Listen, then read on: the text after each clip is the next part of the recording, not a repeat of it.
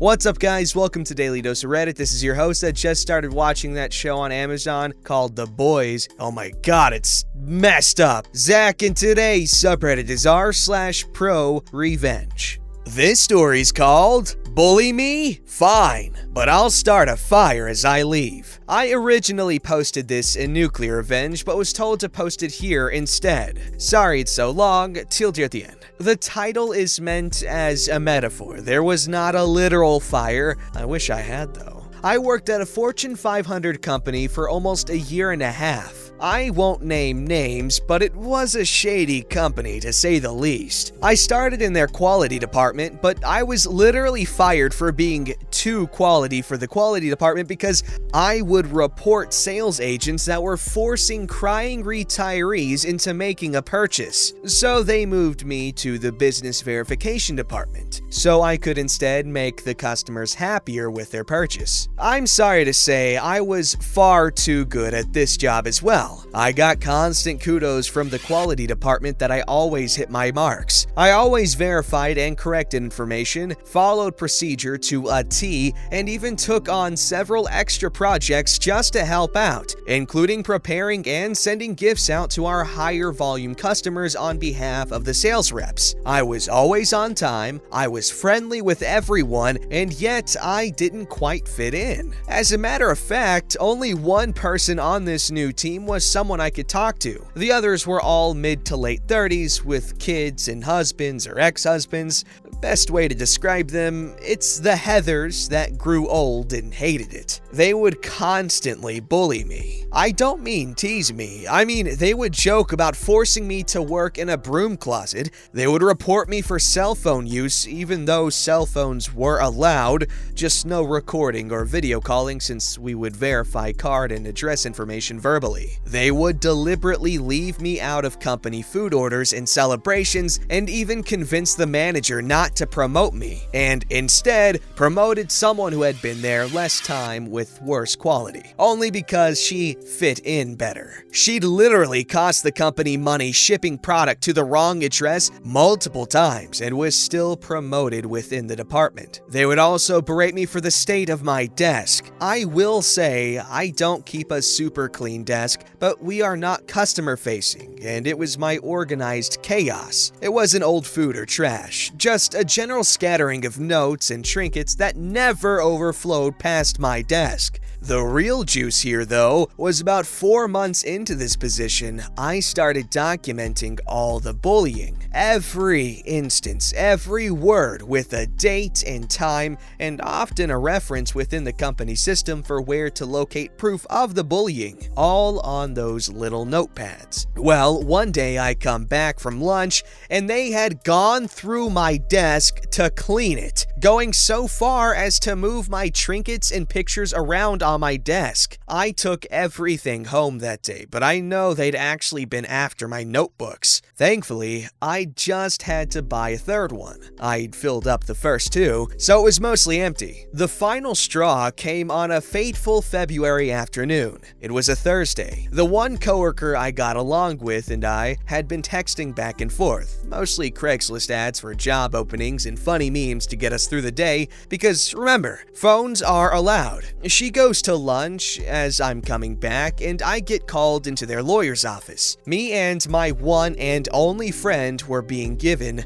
formal write-ups. Why? The direct quote, "Your coworkers know you are texting about them and laughing, and they don't like it." So, I was getting a write-up because of an assumption that they had no proof of to begin with and wasn't even remotely true. The topper of this was as I exited the write-up, one of them was FaceTiming her husband, which was against the rules, but of course, she wasn't even spoken to about it. I was done. Beyond done. I put my head down, barely worked for the rest of the day. When I got home, I texted my manager and let her know I was using paid time off and I'd be out Friday. I spent the whole weekend working on my resignation because I wanted it to be just right. You see, I'd been there for a year and a half at that point, and I knew a few things about how this shady company operates by now. I knew on Thursday this was gonna be my first time ever to quit a job, and I wanted to do it upright. I wrote in there specific details of the bullying. Dates, times. I mentioned I had many more examples documented. I wrote how it was known behavior and even condoned by the manager. I wrote about the write-up, then, after many critiques, I saved it as a draft. I walked in on Monday morning, 8 a.m. on the nose. I didn't bother clocking in, and I'd already cleaned out my desk, remember? I sat down, printed 2 copies of my email, and then sent it directly to the CEO.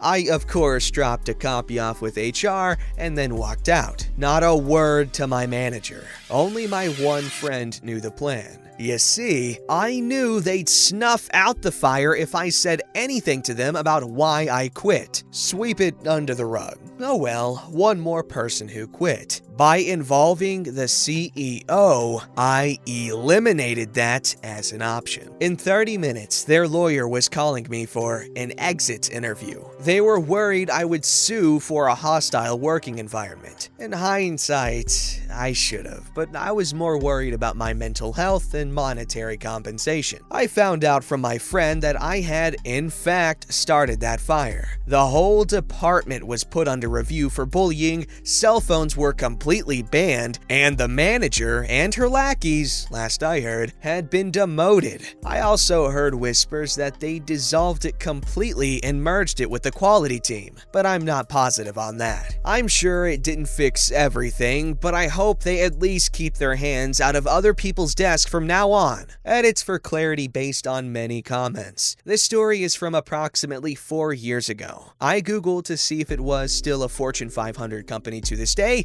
and it is. It was not a large company, maybe 400 or 500 people. Most of them were sales, like 90% were sales. Again though, that was 4 years ago. I have no idea how big they are now. I was not a rando emailing the CEO. I had met with and spoken with the CEO several times. The write-up was not just me and the lawyer. My manager and the HR head were also there. They did force me to sign it though, which I found out later was very illegal, but I did get copies of it for my copious amounts of documentation, which I do still have. I am by no means perfect. I'm very non-confrontational, so emailing the CEO and walking out was a big move for me. But by that point, it was either walk out or throw myself off the top floor, so I elected to walk out. The statements I made about my performance are ones that were told to me, most of which by the same quality manager who fired me. She was actually quite a nice person and quit just a few weeks before I did and offered me a reference because I know she saw what I was going through and was hoping I'd quit too. I know I'm not the perfect coworker, but at the minimum,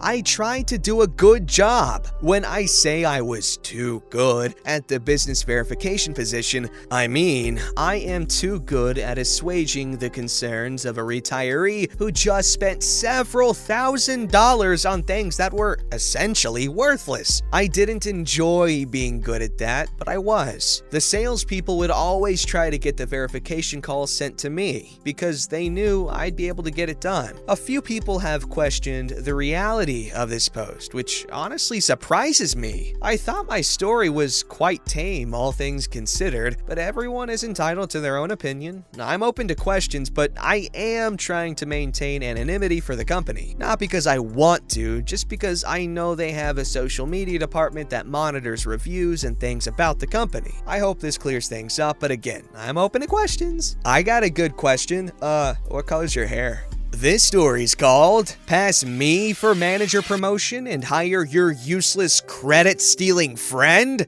I'll destroy your career. Long story, teal at the bottom. So this is not my story. Got permission to post from the ProRevenger himself, but due to nature of events, I I don't mind my account being made into a sacrificial lamb if it got back to people involved, as my account is essentially expendable. So the story. Dave, not a real name, has been working for an IT programming company for just over 9 years, getting a good rep as a hard worker, and all his colleagues knew him and can trust him to be a big help in times of trouble, like during big, difficult projects for major clients.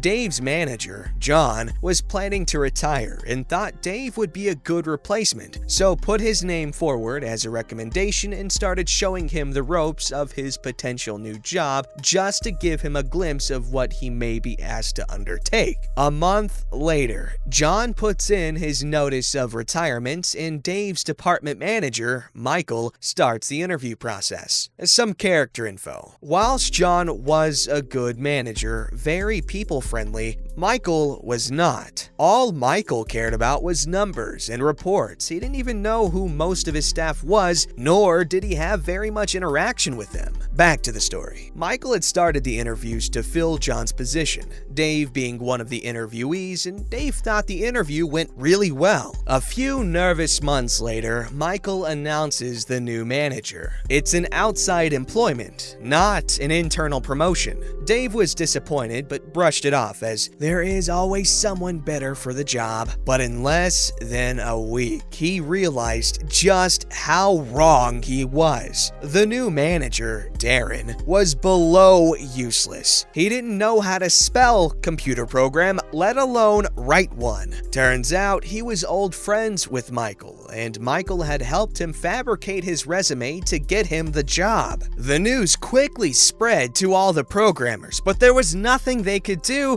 as Michael was the person all complaints had to go through and he buried all of them. So, no one above Michael knew of Darren's incompetence. Darren, from day one, had been pushing all his work to others and then claiming credit for the work they had done, getting bonuses for completed work he didn't deserve. Darren spent his days watching movies, napping, playing games, and occasionally pretending to be a manager when the need arose, but never wrote a single line of code. After 3 months of this, the extra workload was starting to affect Dave and others, but talking to Michael would do nothing. So Dave devised a plan to sort it out. Time for the ProRevenge. Dave had talked with all the other programmers and agreed next time Darren pushed a major project onto them to purposely sabotage the work. Not in a big way, just enough to cause some bugs and glitches that will really light a fire under Michael and Darren. It took about another month, but a really big project came in. Immediately, Darren started pushing his work onto others and stealing credit, so the plan was put into action. It was easy to accomplish, especially as Darren had no clue about coding, and Michael didn't care as long as the project was done in good time. The project was done, saved, and sent to the client with almost all of the major work credit being stolen by Darren. It took less than 2 days for the client to call back complaining about how the new program has damaged his systems and was wreaking havoc on his company. The client wanted it fixed and a full refund. The bosses were pissed at Michael. Michael tried to shift the blame onto Darren. Darren tried to shift the blame onto the programmers. Dave and the programmers just pointed out the program wasn't their project and denied any involvement in its development, which brought the attention back to Darren. The fallout. With the bosses coming down on Darren for what happened, he confessed he lied on his resume and he ratted out Michael about how he helped him fabricate it. Dave and programmers denied any wrongdoing, just stating Darren must have damaged the program somehow. Michael and Darren were promptly fired and replaced. Dave and the rest fixed the errors that Darren had created and the client was happy. In the end, Dave didn't get the promotion, but left the company a year later for a better job. Okay, honestly, while it is a horrible thing to do and they should feel bad, I think it's incredibly funny, and that guy must have had a blast for a few months while he was just coasting through, just sitting in his office doing absolutely nothing and getting paid for it. I'm assuming good money. It's messed up. Don't take jobs from actual qualified people because, you know, they work hard to be qualified for things, right? I'm assuming. Alright guys, you know the drill by now. Happy story at the end of every revenge video, and today we are reading a story called The Difference in Management Can Make or Break a Job. My finally happy story. I recently took a new job a few months ago in a smaller, still level 3 NICU from a much larger corporate-esque and high-profile city hospital. At my first NICU job, I was treated like garbage, and for no apparent reason. According to those who had been there for much longer, the management picks and chooses who to bully. For example, during code training, the FiO2 didn't get turned up during a delivery. When it was time to turn the FiO2 down, the Neo thought we were much higher. I reached to turn the dial. We were at 21%. Not only was I training, and yes, I felt guilty I missed it, but there was a resident, a fellow, an attending, 2 other code nurses, and a respiratory therapist on the resuscitation. Baby got CPAP for a few minutes and ended back on room air and stayed with mom and L&D. After that, I was called to the manager's office, told, "I heard you were crying." I never was. And taken off training additionally. I was asked if I knew how to properly bag and mask and had to redo my NRP with the educators, which was renewed 3 weeks prior. My manager wasn't even the one to tell me all this was happening. The night charge let it slip that I would no longer finish my training. To say I was offended and hurt was just the beginning of it. I took the fall for FiO2 not being turned up during training. And there were also 6 other sets of eyes who missed it. At the time, I already had 2 years level 3 experience, so this wasn't my first rodeo. Crap like this happened to me constantly. It was just another day on a